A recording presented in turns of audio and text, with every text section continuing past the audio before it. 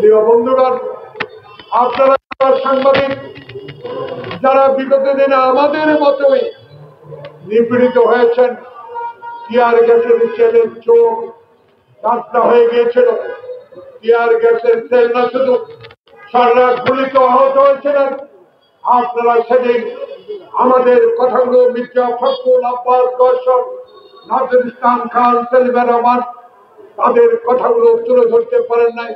তখন আপনাদের এই মিডিয়াগুলো নিয়ন্ত্রণ করত DGDFI, তারা যা লিখে দিতেন সেটাই আপনাদেরকে প্রকাশ করতে বাধ্য হতেন। এখন মুক্ত আকাশ, এখন মুক্ত বাতাস, এখন রাজপথ আপনাদের জন্য, এখন রাজপথে কথা বলার জন্য, গণতান্ত্রিক অধিকারের কথা বলার জন্য আমরা আজকে স্বাধীন। সেই স্বাধীনতা এনে দিয়েছে 16 বছর আন্দোলন করে বাংলাদেশের জাতীয়তাবাদী শক্তির সাথে সকল গণতান্ত্রিক রাজনৈতিক দল সেই 16 বছরের আন্দোলনের ফসলকে ঘরে তুলেছে জুলাই আগস্ট বিপ্লবের নাইটের নেতৃত্বে। আজকে আমার সাহস জুগিয়েছে, আজকে কথা বলার জন্য, অন্তর থেকে মনের কথাগুলো বলার সাহস জুগিয়েছে মুগ্ধ খবর। প্রিয় সাংবাদিক বন্ধুগণ, লেখাপড়া শিখে সাংবাদিকতা করে বৃষ্টিতে ভিজে রোদে শুকিয়ে আপনারা যারা সংবাদ সংগ্রহ করেছেন, এখন নির্ভয়ে নির্দ্বিধায় সকল কথা বলার সুযোগ করে দিয়েছে খোকনের রক্তে অর্জিত এই স্বাধীনতা। সেই স্বাধীনতা আসার 8 মাস প্রায় অতিবাহিত হতে যাচ্ছে। প্রিয় বন্ধুগণ, এখনো কেন যারা আমার বুকে গুলি করেছে, যারা আমার মায়ের মুখ খালি করেছে, যারা বিনা কারণে আমাকে হায়না করে নিয়ে মাসের পর মাস গ্রেফতার করে রেখেছে, তাদেরকে কেন আইনের আওতায় আনা হলো না?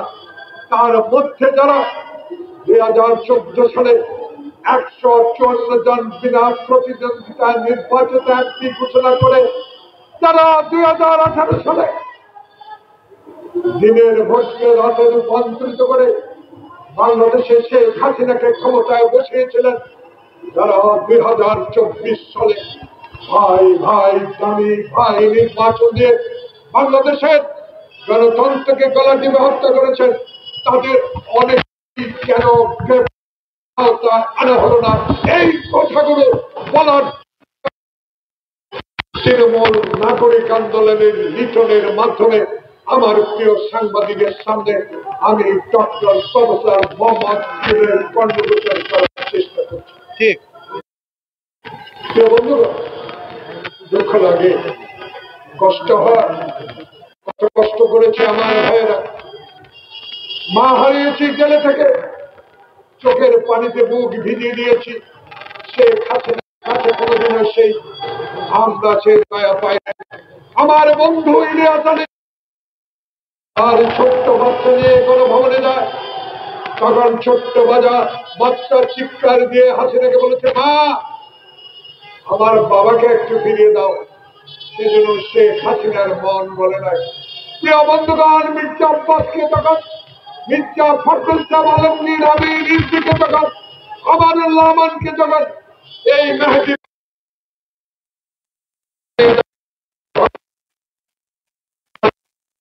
সকল নেতৃবৃন্দের পরিবার যখন শেখ হাসিনার কাছে সেই আবেদন করেছিল, প্রিয় প্রধানমন্ত্রী আপনি দেশ পরিচালনা করছেন বৈধভাবে, আজকে অবৈধভাবে বিএনপি অফিস ভাঙচুর করে যে নেতৃবৃন্দকে গ্রেপ্তার করে নিয়ে যাচ্ছেন, তারা অসুস্থ, কেউ কিডনি আক্রান্ত, কেউ হার্টের রোগে আক্রান্ত, কেউ অর্ধবয়সী, কেউ পূর্ণবয়সী, আজকে তাদের মুক্তি দেন। সেদিন মেহেদীকে আইনের আওতায় আনার জন্য আবেদন করার পরেও আজকে কেন ডক্টর প্রফেসর মোহাম্মদ ইউনূস আইনজীবী,